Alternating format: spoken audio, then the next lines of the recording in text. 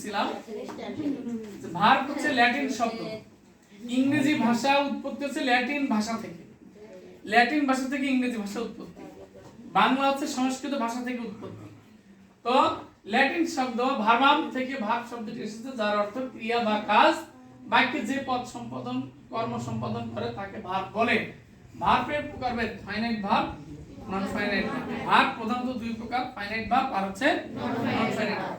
তো আজকে আমাদের যে বিষয়টা কথা হচ্ছে সেটা হচ্ছে নন ফাইনাইট ভার্ব। এই নন ফাইনাইট ভার্ব হচ্ছে তিন প্রকার, পার্টিসিপল, জিরান্ড, ইনফিনিটিভ। আমি তোমাদেরকে এখানে পড়াচ্ছি ইটিং ইজ গুড, এটা কোন ভার্ব? যে কেউ একজন, তুমি বলো, হ্যাঁ তুমি বলো। এটা হচ্ছে জিরান্ড। প্রথমে আগে বলতে হবে নন ফাইনাইট। প্রথম কি বলতে হবে? Non finite. এখন non finite verb, sit down. Non finite verb আমরা কেন জানবো, কেন ব্যবহার করব? অনেক সময় সিম্পল সেন্টেন্সে দুটি ভার্ব ব্যবহার করার প্রয়োজন হয়, তখন আমরা একটা ভার্বকে নন ফাইনাইট করে দিব,